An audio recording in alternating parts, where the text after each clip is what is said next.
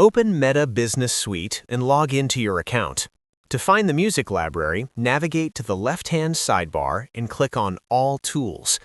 In the search bar at the top, type in Sound and select the Sound Collection option under the Engage Audience section. This dashboard gives you access to thousands of copyright-free tracks and sound effects that are safe to use on Facebook and Instagram. You can browse the Home tab to see featured music or switch to the Sound Effects tab for shorter clips like transitions and UI sounds.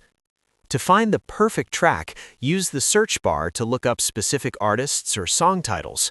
You can also use the Filter menu to sort by genre, mood, duration, and tempo. If you find a song you like, click the play icon to hear a preview, or the star icon to save it to your favorites for later.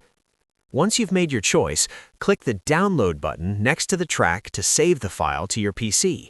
You can also click the Attribution icon to copy the required credit information if you need to paste it into your video description. Simply import these downloaded files into your video editor to enhance your content safely. If this helped, drop a like and subscribe. Also, press the bell icon for more tech tips. Thanks for watching.